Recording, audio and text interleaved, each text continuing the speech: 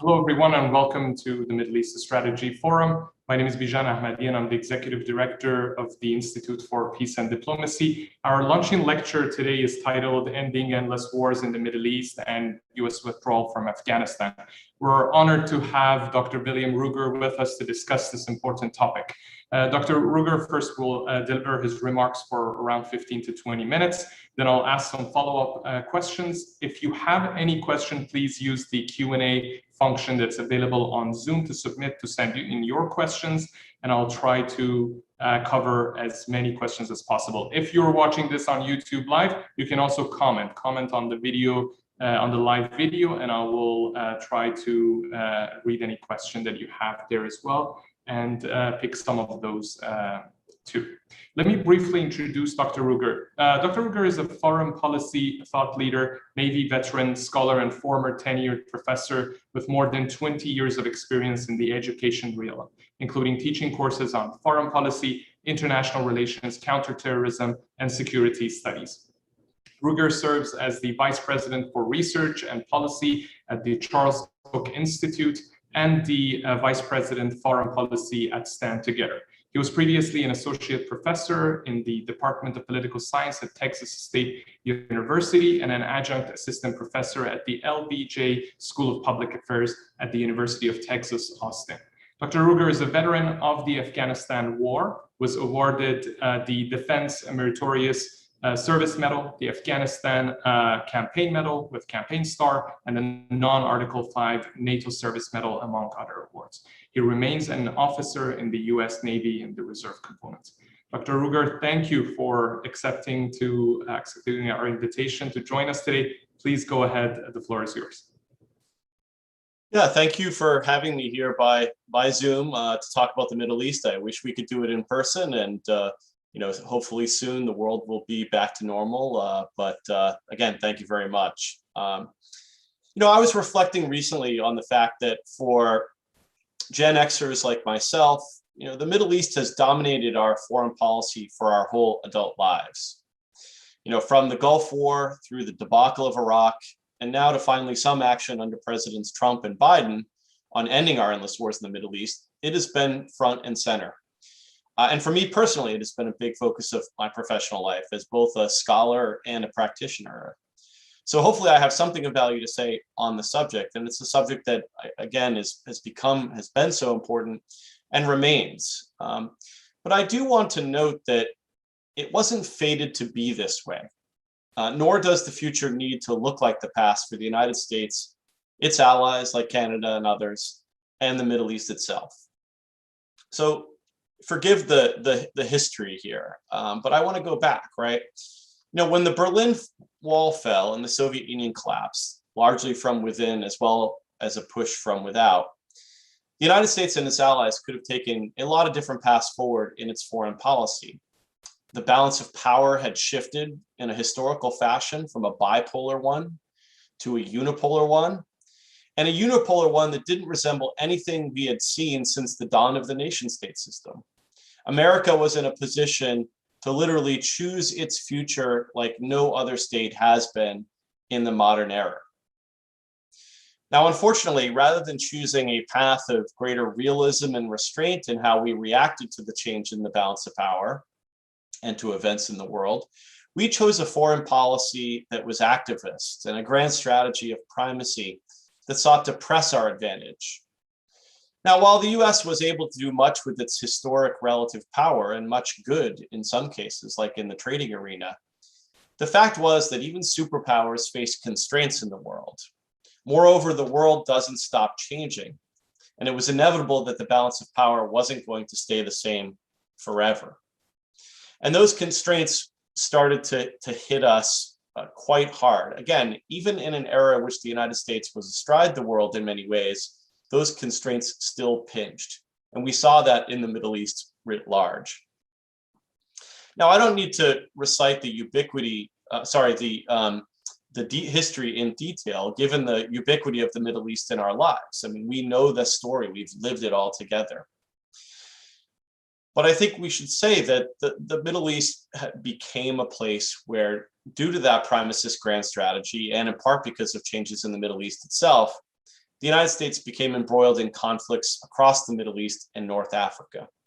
Some were justified, like Afghanistan after 9/11, and I don't think the United States should apologize for doing what was required after 9/11 in that country.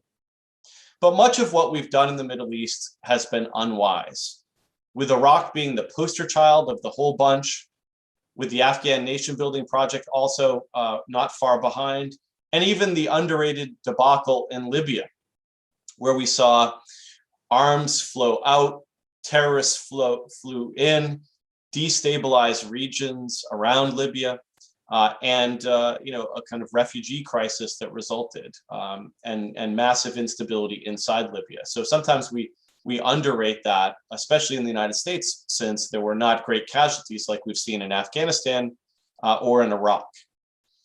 Now, I'd ask you to think about how we might be even too generous when we describe such things in perhaps overly sterile words like unwise or synonyms like imprudent. Because I think we might want to go so far as to say that these were foolish, right? And it's important to tease that out a bit, since I'm meant to say something about the future of US foreign policy towards the Middle East. And so it's valuable to add context to what I mean for why I would conclude that American foreign policy in the Middle East has been kindly to say unwise, and perhaps we ought to think about it really being quite foolhardy. And I say that because our failures in the Middle East, I think, were largely predictable and eminently unnecessary. So let's think about the context, because again, for a realist like myself, the geostrategic context, the nature of our interests, the nature of the world around us, the nature of the threat environment, these are things that relate directly to whether and how you engage in a particular region. So let's think about that context, right? The United States is a continental-sized and populous country with vast resources. It has small and friendly neighbors and two huge oceans separating us from the rest of the world. We had the world's most powerful military at the start of our misadventures in the Middle East, and we still do. We have a strong Navy, a strong Air Force, a strong Navy and Marine Corps air power branches, right? And nuclear weapons that have essentially assured our territorial integrity for some time. The other thing is that the Eurasian balance of power has been robust. Namely, there's not a chance, and there isn't today, that any single power or coalition could dominate Eurasia and put military or economic pressure on the United States. So look, this was a traditional fear of the United States in terms of whether, how it measured whether the United States should engage abroad or not. And for Woodrow Wilson and for President Roosevelt, there was a concern about this, both times in the case looking at Germany, and then also in the Cold War, thinking about the Soviet Union and the ability of the leader of the communist bloc to dominate that region.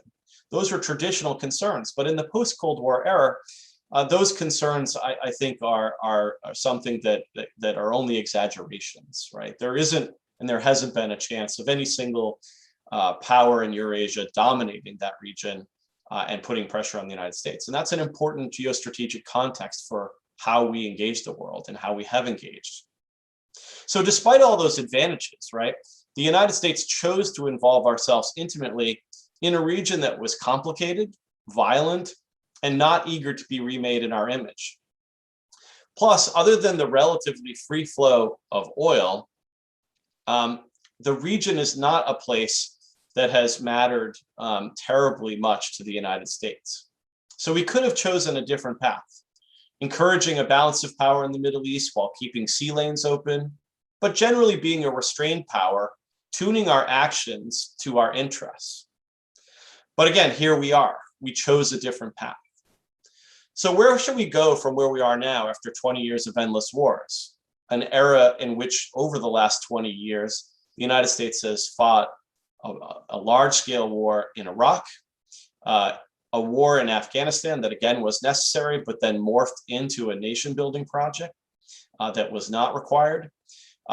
conflicts across the Middle East and North Africa, smaller ones admittedly, but still ones that mattered, particularly those who suffered by them, whether that was assistance to a war in Yemen. I already mentioned Libya, but if you talk about other aspects of the Horn of Africa and other parts of North Africa, right, these are places that the United States has been ceaselessly engaged in since 9/11. So when we think about what we ought to do, where we ought to go from here, I would start with Afghanistan. And I think we need to stay the course on Afghanistan withdrawal. Now, I'm in a weird position here because throughout my career, I've been arguing for a change in the status quo in so many places across the globe, right? I've been arguing for the need for greater alliance burden sharing in Europe. I've been arguing for the need to end our endless wars in the Middle East.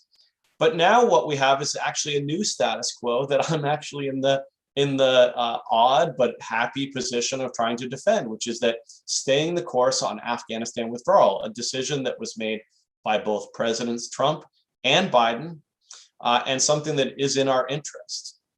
And I think we need to stay this course, not because we're being chased out, although there are issues on the ground in Afghanistan, much to our disfavor or the disfavor of the host nation, but because it's in our interest to leave.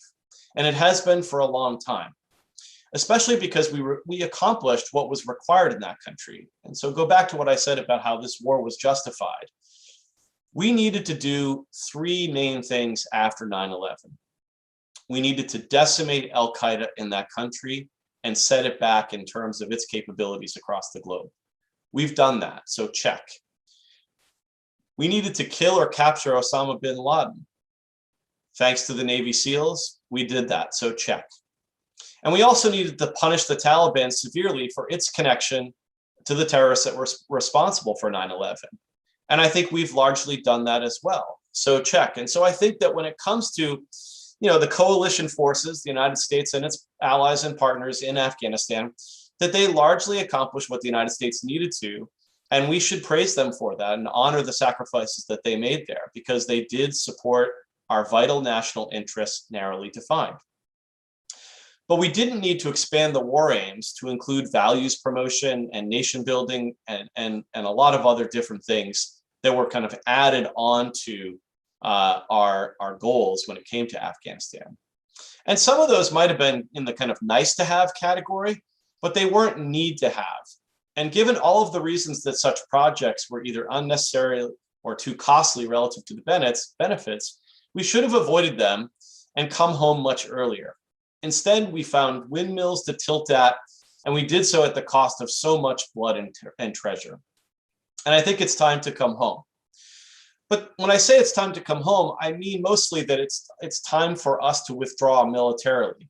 I don't think that the United States or its allies and partners should abandon Afghanistan, just like I don't think the fact that the United States should pursue realism and restraint in terms of our grand strategy means that we have to be disengaged in terms of our overall foreign policy, right? We can be engaged economically, we can be engaged diplomatically, and Americans and others can be engaged in terms of how they conduct themselves, in terms of the behaviors of NGOs and businesses to profitably engage, right, in situations where there's mutual benefit. But I do think that we should come home when it comes to our military, and we should do so fully and on time, or even early, I think.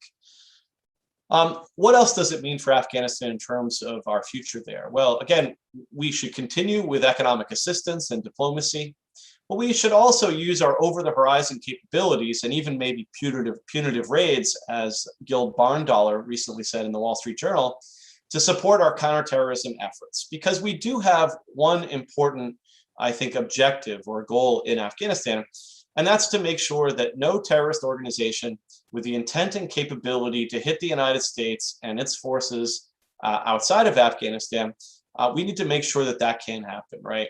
And so that will require intelligence capabilities. It will mean partnering with other countries in terms of intelligence sharing and policing work. And it will mean sometimes using those over the horizon capabilities. But it is time for Afghanistan to be their future to be decided by Afghans, not by outsiders. I think then there is the question of what next. because our foreign policy isn't about simply satisfying a need to end a war that is long, past its expiration date in Afghanistan. We need to think more broadly. What next? Well, I think that the United States needs to rationalize its approach to the Middle East more broadly and practice some, honestly, benign aloofness, only using force where necessary to advance our vital interests, such as our territorial integrity, the conditions of our economic prosperity, and our democratic system here at home. So I do think that that means doing some things positively in the Middle East, even on the military side. So, for example, maintaining a naval presence to safeguard our access to the global commons. I think it means continued counterterrorism efforts, again, where there's a clear evidence of groups that have the intent and capability to harm the United States here at home. But it also means ending the other endless wars and moving to an offshore military posture. I really believe that we need a much more thoroughgoing reshaping of our approach to the Middle East from one that has largely failed over the last 20 years. So an obvious first target would be removing the small military force in Syria that isn't required to keep us safe, but whose presence really raises the risk of a larger conflict with the Syrians and other countries that have forces there by the invitation of the Syrian government, such as Russia. Another country where American troops should be withdrawn and should have been withdrawn long ago is Iraq.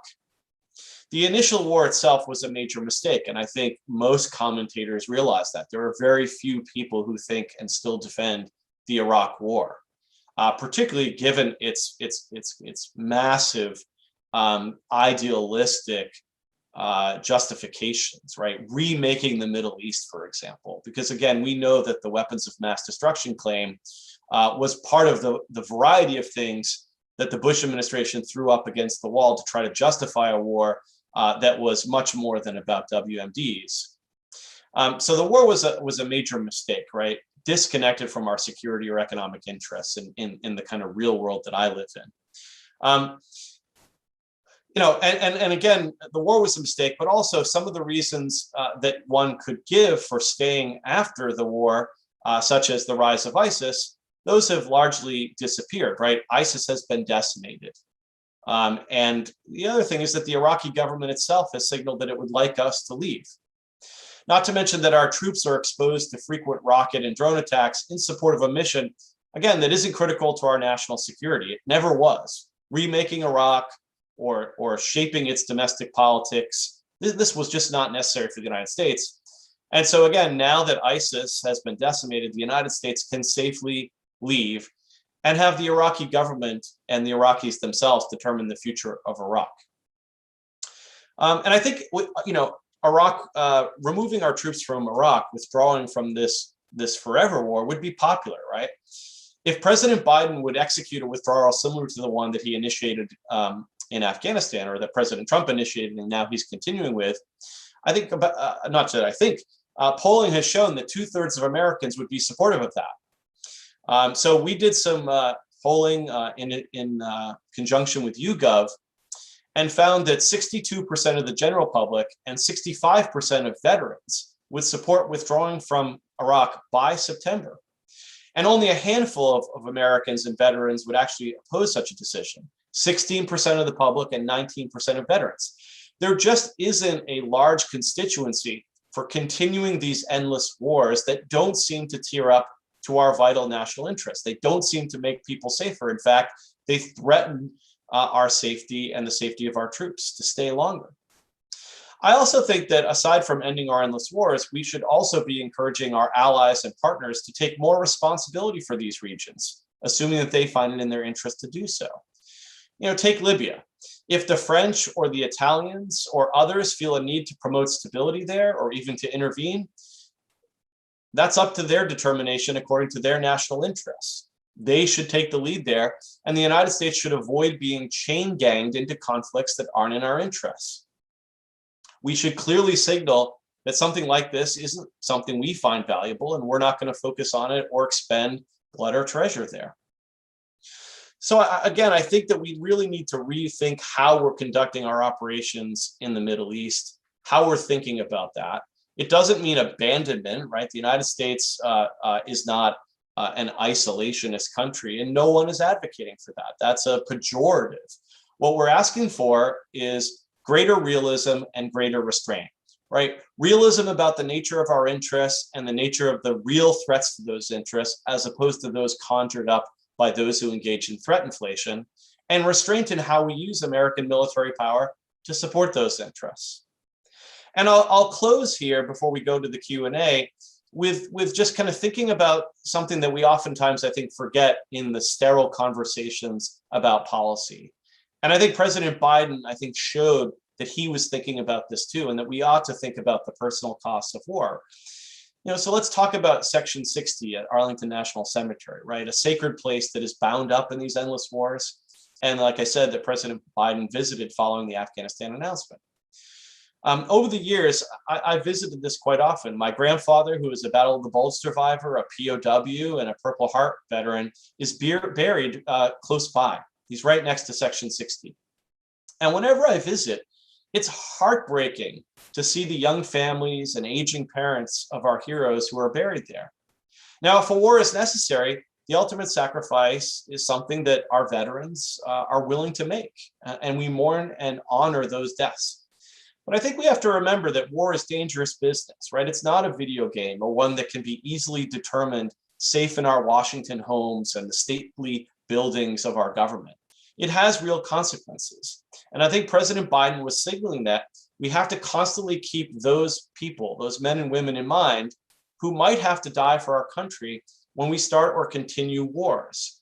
And that means it must be directly connected to the national interest when we engage in war or continue these fights, not idealistic projects that are expensive in blood and treasure. And I think oftentimes, unfortunately, these projects are fated to fail. They're eminently predictable, as I said at the beginning. So we have to avoid that. We need that restraint that's based on the world as it is, not as we would wish it to be.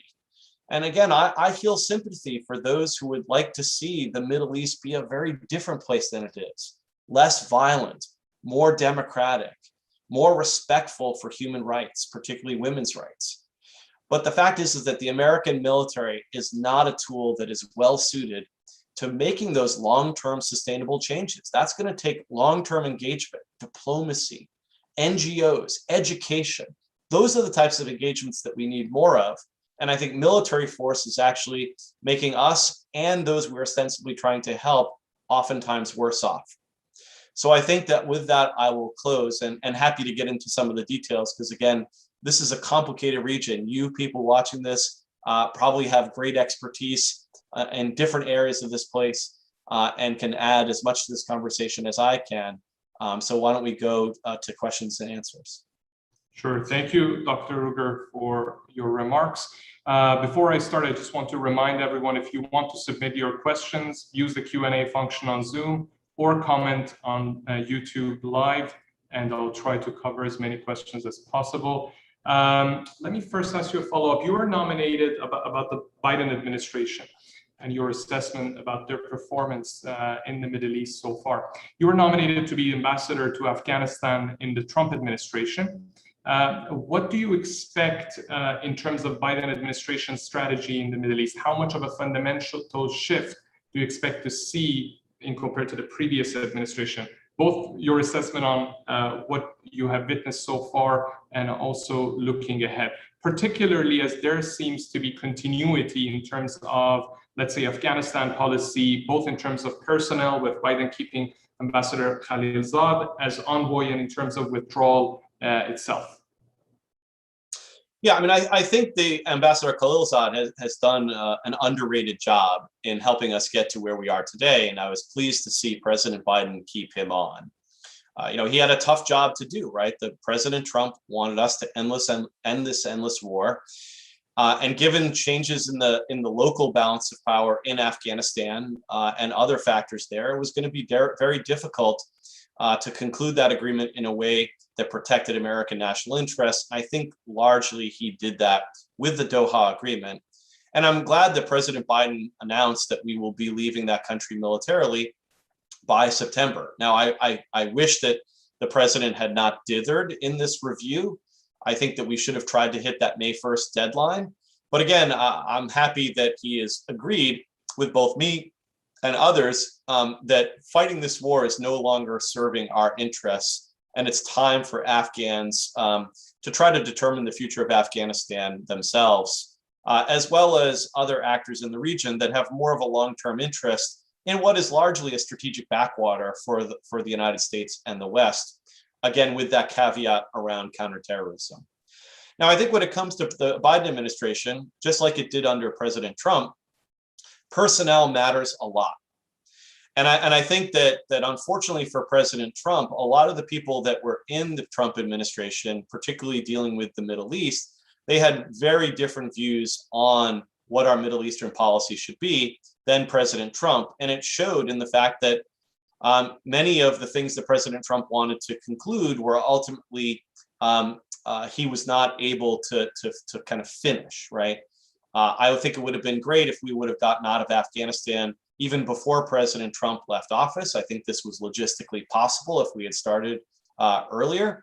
But again, I think the president oftentimes heard from people whose counsel was not in his best interests or the legacy of his presidency, but was instead trying to make sure and slow down a change, a kind of more thoroughgoing change in the Middle East. And we saw that, right? One of the president's advisors even bragged about essentially keeping information from Washington, from the president, so that we could continue to stay in Syria. I mean, that's just unbelievable action and unfortunately did not seem to be met with consequences. So when it comes to President Biden, I think personnel is also going to matter. And obviously the president gets the vote. And I think when it came to Afghanistan, his vote was obviously crucial. But not everyone in the administration agreed. And so I think that you're going to continue to see that when it comes to the Middle East, where President Biden will get strong counsel from parts of the State Department and the Pentagon saying that we should keep the status quo, that we should continue doing what we've been doing, largely failing over the last 20 years in the Middle East. While there are some others, I think, that whose voices will counsel a more thoroughgoing change that will allow us to focus on domestic priorities and to focus on different foreign policy priorities, particularly how we manage the rise of China, which is much more important geostrategically to the United States and our allies than what happens in Afghanistan or Syria or Iraq or Libya, to be frank. So I think that we'll continue to see some of those internal clashes. And unfortunately, the Pentagon does not seem as interested in pivoting to great power competition as you usually hear in the rhetoric. In a way, what they're trying to do is to have the best of both worlds for themselves and their vision, which is to, of course, promote the idea that we need to compete with both China and Russia, the named countries of the GPC, but also to continue these forever wars and forever engagements in the Middle East and North Africa. The problem is that you have to make trade-offs when it comes to time, energy, and resources. And eventually that's going to happen if we're going to take serious how we're going to deal with something like the rise of China, or the energy of top policymakers when it comes to these domestic priorities that frankly matter a lot more to the security and future of Americans than what's happening outside of our country, especially because what I talked about at the beginning in terms of the fact that, contrary to what you might read in the Wall Street Journal or see in Fox News, our security environment is something that, while it has its dangers, is something that we can pursue restraint within and still manage to protect our interests quite robustly. Will, you mentioned China, and we have a question on this in terms of how much do you think U.S. should be concerned about China's presence in the Middle East, especially as U.S. is kind of reducing its commitments in the region, the broader region, Afghanistan, possibly Iraq. Mm-hmm. How concerned should we be about China and basically Chinese influence expanding in the region as U.S. is withdrawing? Yeah, I mean, we heard this at a recent hearing in the House. We heard the China card being brought up, and you've heard people who would like us to stay in Afghanistan. You've heard them mention China, particularly when their arguments on values promotion, women's rights, democracy building, terrorism, when those have fallen flat with the American public and even with some elites here in Washington, they've used the China card. And I think this is actually a good sign that they're using that China card, because it shows that this is really one of the last arrows in their quiver that they can fire to try to protect the status quo pre-Trump and pre-Biden on Afghanistan. And I don't think it's going to work, right? I mean, again, like if the Chinese want to get engaged in Afghanistan, you can almost say like more power to them, right? This is a place that has and again, it's a kind of cliche, right? But a graveyard of empires. The British, the Russians, now us, right, have been in Afghanistan. This is a place that is largely inhospitable to foreigners trying to dictate the future of that country. And I think if the Chinese want to get involved in a way that's productive, great, fantastic. If the Chinese get involved in a way that leads them to sink into the morass, which is Afghanistan, then that helps the United States in terms of the relative balance of power between the two countries. And I think that there are lots of reasons why the Chinese might be happy to see the United States continue to be mired in these endless wars in the Middle East, because it's not good for our power and our ability to wrestle with the new challenges of the 21st century. So I think that the China card is a bit it's a bit much, right, as a kind of last gasp measure to keep the United States in, because people do think about China as being an important consideration for American foreign policy. So, hey, let's try to justify everything in the world based on China. This is why we need, to do X, Y, and Z, whether the Middle East, Africa, or Europe. But again, I don't think that dog can hunt. We have another question from audience that I want to cover as well. Other than military intervention, to what extent do you believe that sanction policies have exacerbated or prolonged conflict and regional tensions? Should we reconceptualize sanctions as acts of economic warfare? Yeah, I mean, when it comes to the tools in the toolkit of statecraft, I don't think you rule anything out. I mean, I'm not a pacifist, and I'm not naive about the certain virtues of using even military force, right? Sometimes you need to use the sharp spear to satisfy our national interests. And so I wouldn't rule out sanctions as being something that could be applied productively in a sparing fashion, and when it's better than alternatives, including better than military force. But it should not be something that's like the Staples easy button, right? We don't want it to be the easy button of foreign policy, or something that really is kind of, and I say this in terms of the easy button, right? It's a virtue signaling device. Well, we don't like what X country is doing, and so we're going to slap some sanctions. That isn't necessarily the best way to go. It doesn't necessarily accomplish your objectives. It can create unintended consequences. It can make it harder for us to pursue diplomacy to actually resolve these challenges. And it can harm American producers who would like to be engaged economically with the peoples of other countries. And again, there's been work on making our sanctions, quote unquote, smarter, but still oftentimes we can hurt those we're ostensibly trying to help. And I think that, again, we ought to view the use of sanctions with similar restraint as we do using military power. But again, I wouldn't rule anything out when it comes to the toolkit, because that's really kind of tying one of your arms behind your back. But again, let's not utilize these things unless there's a real, I think, logical end or logic between that connects the ends and the means. Thanks. Will, what do you think is the prospect of a restraint grand strategy being adopted by the North Atlantic countries, particularly the U.S.? Do you think what we are witnessing now, the withdrawal from Afghanistan, signals the beginning of finally ending our permanent war footing in the Middle East and the broader West Asia, recalibrating the Middle East as a theater for regional power politics instead of enmeshed in extra-regional great power politics? Yeah, I mean, I joke with my team in the Stand Together community that, you know, we can't throw a pizza party just yet, right?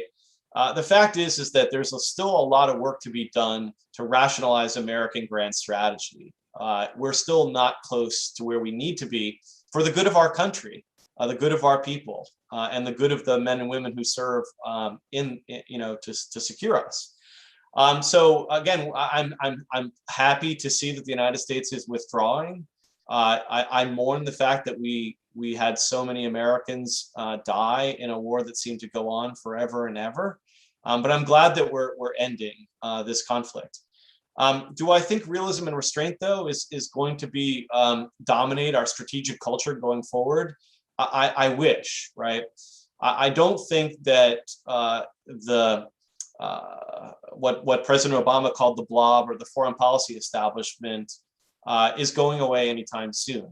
I think that they not only do they have lots of resources, lots of money, and lots of smart scholars that support that position, but it also, I think, that position is favored by you know, by concentrated interests, and so it's not going to go away anytime soon. But I would say that I'm more optimistic about realism and restraint. For one thing, I think realism and restraint offers a view of the world that is consistent with objective reality, right? It's consistent with the nature of our international system, the threats and the constraints that are in it. So that's good to have that on your side. Number two is, I think that you're seeing more and more of the American public that favor this position. And so when I mentioned some polling earlier, you're seeing a lot of polling that shows that they want out of these forever wars. They would like to see greater alliance burden sharing. They don't want to fight a war with Russia over Ukraine. You know, they're skeptical of some of these idealistic projects. And again, they have the lamp of experience, right? They have 20 years of experience, 30 years of experience where we've, you know, been, as John Quincy Adams said, you know, we've been going around the world in search of monsters to destroy. And I think they see that and they don't want any more of it. And they know that when it comes to the pandemic or the potential of our debt and deficits to undermine not only our economy, but our security, they know that these are issues that are more challenging to their everyday lives. So I think the public is behind it. And really, you have a small foreign policy establishment that is making the case for continuity despite what the public wants. I also think that one of the strengths that you're seeing emerge is the institutionalization of realism and restraint as a different strategic worldview, and with a lot of scholars that are now trying to operationalize that and provide alternative cues to the public and alternative policy options for policymakers.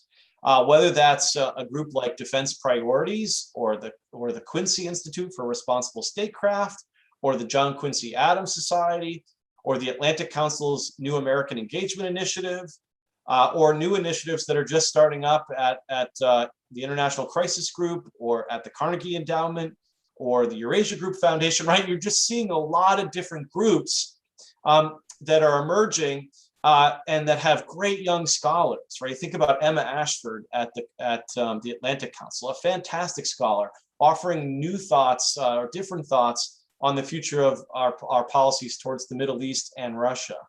You know, people like, you know, kind of great, I think, kind of analysts like Mark Hanna at Eurasia Group Foundation that I think understands how to connect with the American public on these matters and to help educate them, to provide different cues than what the foreign policy establishment has been providing them here in Washington. And I think that's an important issue, right? Is that you know, if you're like, you know, my brother, my parents, you know, you're trying to live your life, you're trying to raise your family, you're trying to deal with, you know, the challenges of life, you're trying to enjoy the great features of our country, whether it's our great, you know, natural beauty or, you know, the kind of amazing things, the value that businessmen and women have provided in terms of some of the products that, you know, make our life interesting.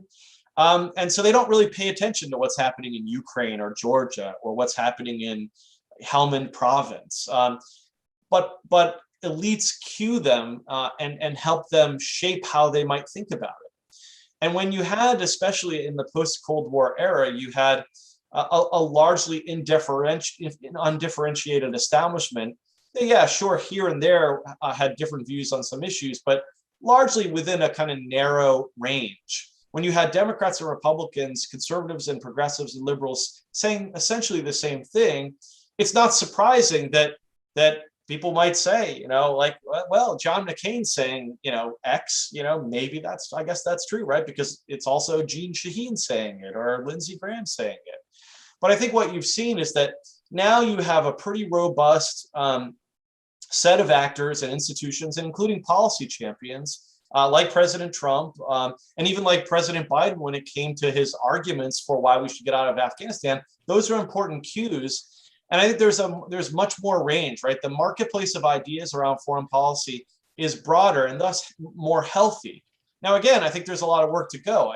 I still think that the balance of power when it comes to our strategic culture still favors the foreign policy establishment that promotes a grand strategy of primacy. But there are more and more varied voices across the political spectrum that are providing cues to the public and providing new policy options for operationalizing restraint. And in fact, the RAND Corporation, its new Center for Grand Strategy under Miranda Priva, another all-star, they just put out a book on operationalizing restraint. So again, a place like the RAND Corporation doing this, it's amazing to see that. And so I'm hopeful for the future of realism and restraint, even though I recognize the severe constraints and challenges that rationalizing our foreign policy has against it. But again, I think the American public is with realism and restraint. And I think that the objective reality about our situation in the world also favors it. So I'm an optimist, even though I think there are still barriers to smash. Yeah. Will Russia and China take a different approach to regional affairs than the United States, opting to engage with different actors rather than picking sides? And in the case of China, they have adopted a more economic footprint than the military-centric American regional posture. Could this serve as a viable alternative to U.S. regional hegemony? In other words, in your estimation, will Russia and China, and for that matter, regional actors such as Iran and Saudi Arabia, ever be able to contribute to upholding a stable regional order in their backyards and replace the preeminent U.S. position in the region without turning more militaristic in the process? Well, I mean, if they're reading their history too, they can see that overstretch is a real problem that powers face. And so if they're smart, they're reading that history too. I think that when it comes to a country like Russia, I think we vastly overstate its ability to project power and influence, even in its neighborhood. That doesn't mean that they're not a country that can send some forces to Syria, or that in its near abroad, in the Ukraine or Georgia, it can actually project power quite a bit. But I think that thinking about a country like Russia, right, its economy is not very robust, right? I think it's about the size of kind of a single mid-level European country. Its military expenditures are less than 10% of the United States's. And I don't think it's as technologically as capable across the spectrum as the United States is. So I think that Russia is really oftentimes overstated, in its importance. And in some cases, I think like the GPC concept, it's almost like they had to throw Russia in there so that it wasn't simply an anti-China national security strategy. Because again, like the difference in terms of the challenge that we face from a country like China and Russia are very different levels, right? China's economy is much larger, and China's military, while yet having problems in terms of its ability to project power, it just doesn't have a history of doing that well, at least a recent history, and they haven't mastered things like carrier operations, which are very complicated. It's just a different level, I think, of future threat.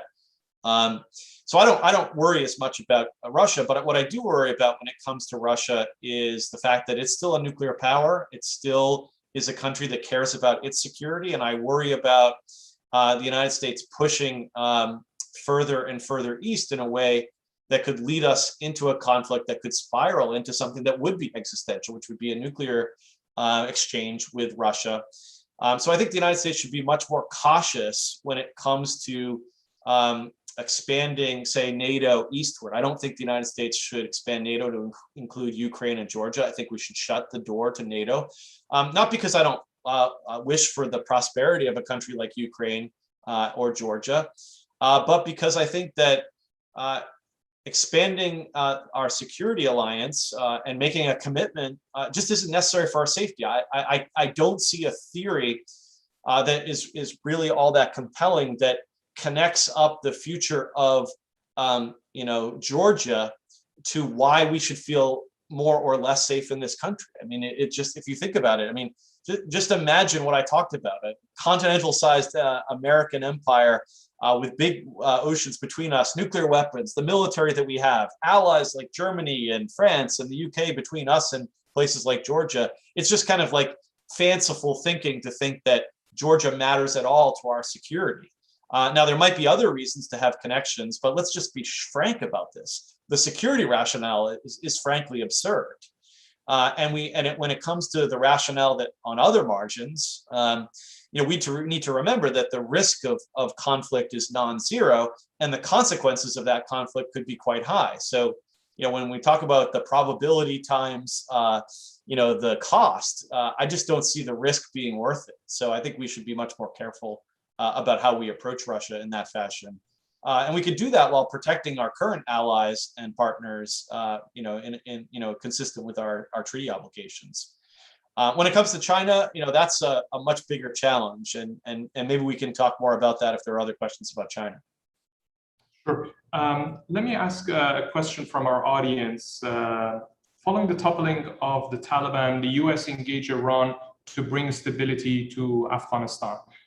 In Secretary Blinken's letter to Afghan president, he did note that Iran has a role to play in maintaining stability. How can Iran help bring stability and allow the U.S. to have a smooth withdrawal from the country, in your opinion? Well, I mean, I guess the challenge I would have to that question is it maybe assumes that Iran is more of a benign potential partner than they are. I mean, look, Iran is not a benign regime. I think that just because I don't think the United States should go to war with Iran, and that it should pursue our foreign policy in the Middle East with greater restraint, does it mean that I kind of lack a moral clarity about the nature of the Iranian regime? I would like them to behave better in the region, but again, they have their interests, and I appreciate them as a realist. I do think that when it comes to Afghanistan, that there are ways in which there are countries in the region that we can, that Afghanistan itself could partner with, that could help with stability, and that could help with assistance to make sure that Afghanistan doesn't, especially as the West means its assistance to that country, doesn't become a destabilizing factor for those countries. And again, I look to countries to pursue their interests here, and if the Iranians have an interest to do that, and it doesn't run headlong into ours, I would, certainly not look at that askance. But I do think that it's asking a lot to think the United States will become, too connected with Iran, given some of the challenges in our relationship as it is. I would like to see us find a better path in our Iranian relations, but I still think we have to understand that the Iranians are going to push on their national interests, and they're not necessarily a benign actor in the region. Okay, thank you. Another question from our audience is regarding Turkey. What's your assessment about Turkey's growing ambitions? Do you consider it a threat to greater regional security and stability? That's a great question, and I think the fairest answer is I'm not sure, honestly. I mean, I think it's an evolving question. What is the future of Turkey? Not just in terms of the Middle East, but also what is its relationship going to be like with Europe and with NATO? Turkey has been an important partner of the United States during the Cold War.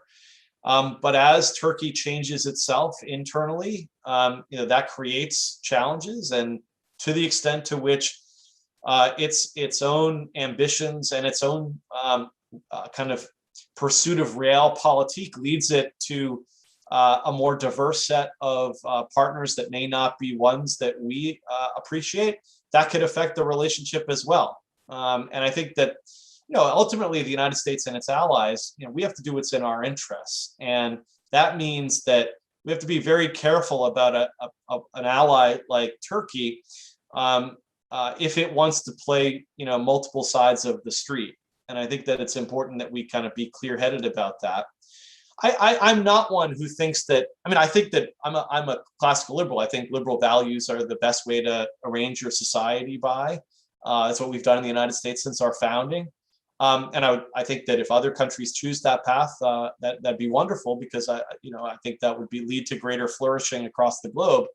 But I don't put values at the forefront of what our foreign policy should be. So I think that if Turkey becomes more illiberal, that doesn't necessarily mean that the United States shouldn't engage with it as a security partner.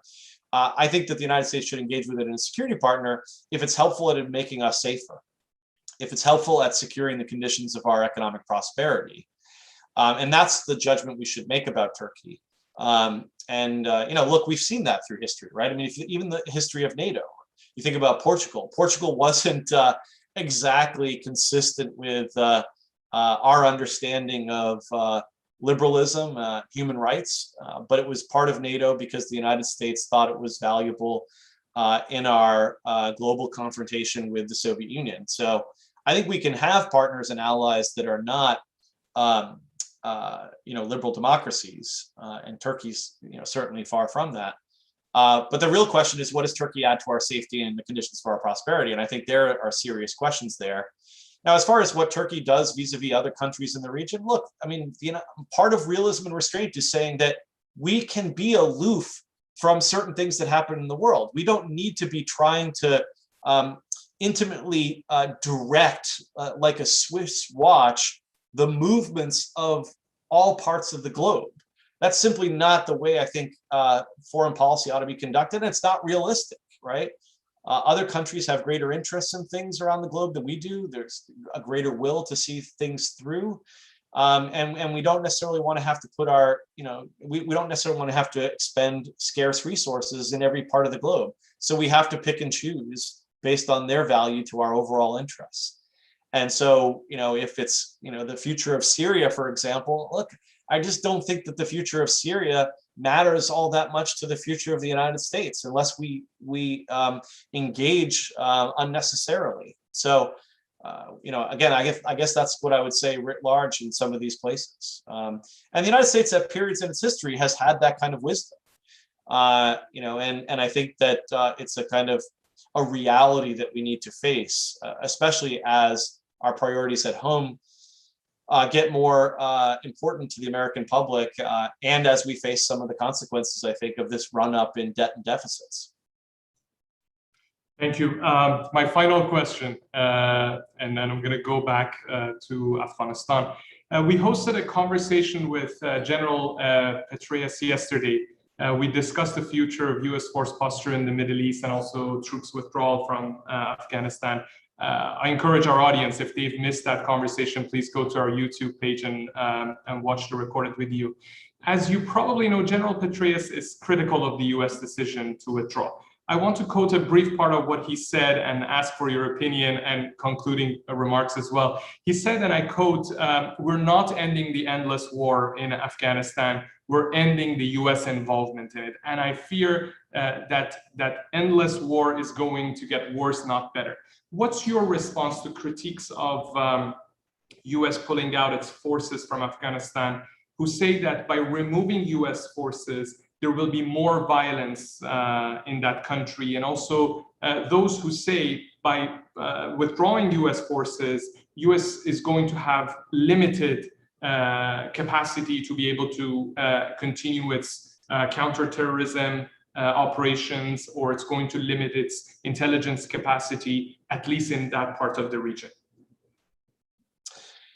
Yeah, I guess what I would say is that look, if we want to follow the policies that David Petraeus was intimately connected to for years and years and years, then we can continue to have more spent treasure, and unfortunately more American soldiers killed in a place that really we have very limited ability to change its future. And so again, I would just kind of look at that experience, right? I mean, President Trump and President Biden have rejected General Petraeus and the advice of many other generals and analysts who want us to stay in a place like Afghanistan. And I think they've done so wisely, right? Read the Afghan papers published by the Washington Post. These very clearly showed that our leadership in Kabul and in the national security establishment had very little clue about how to be successful in meeting some of these expanded war aims that I talked about. And I just don't think following that path is worth doing. And again, like, I honor, General Petraeus' sacrifice, in our military. I mean, he spent a lot of time there, but frankly, he was the author of a counterinsurgency strategy that just simply is invalid.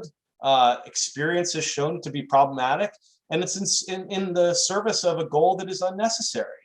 We do not need to build a different Afghanistan in order for us to be safe. We can use over-the-horizon capabilities. And the other thing is that, look, if we're going to garrison every place in the world that could potentially be a place where terrorists could, kind of gather and try to plot, we'd have to be in so many places that we would be exhausted and we would be spending more money than it's worth. Instead, we ought to be careful, use our intelligence capabilities around the globe, our special operations forces, our partnerships in terms of international policing, to really find where they are, and then to use our forces as necessary to attrit them. Not just garrison countries. I mean, Afghanistan should be no more special to this than the Horn of Africa, or frankly, I mean, the fact is that a lot of plotting when it comes to terrorists is done in developed world countries. And so it's a much more complicated thing than just to say, well, we need to sit on Afghanistan, help them rebuild in this generational adventure in order to prevent the possibility of a terrorist organization using that, when terrorism globally can flow from one country to another. And so again, I just don't think this is a project where where it's worth doing. The other thing I would say when it comes to the arguments that General Petraeus makes is that I think we could be skeptical that it's really about the narrow CT operation that he's talking about, when this is someone who's made his career advancing a much greater vision of what it means to do foreign policy and to how we ought to be engaged in the Middle East. I again, like with the China card, I think that they're being strategic, right? They're making arguments to satisfy a vision of their grand strategy. Whether those are necessarily valid, we should look at the individual cases. And I think in the case of CT, I'm pretty confident that we have the capabilities to do that. Will it mean, for example, that it may take greater material resources to make sure we're doing that, right? In terms of, like, for example, the time it takes to get from bases we do have in the region to hit targets, sure, but we don't need Bagram to hit targets in Afghanistan. We don't need Bagram to engage in punitive expeditions. We saw that after 9/11, we were able to do that. The problem is when we've got mired in these conflicts and tried to remake them, expanding our war aims, and doing so with a military that's ill-suited to do that. That's not going to lead to long-term sustainable change in the Middle East in these inhospitable places. So I just have a different vision than General Petraeus does. And I think that unfortunately, the lamp of experience has shown that realism and restraint, unfortunately, has been right about this, and General Petraeus has unfortunately been wrong. Dr. William Ruger, thank you so much for joining us today for this insightful conversation. And to everyone else who joined us and watched this discussion, thank you. We have 2 more panel discussions coming up. The first one in only 15 minutes, Trade and Business Diplomacy in the Middle East at 3 p.m. Eastern Time. And after that, the last panel discussion as part of this conference, Pathways to Manage Non-Proliferation in the Middle East at 4:30 p.m. Eastern Time. Thank you, and have a good day. Thanks a lot.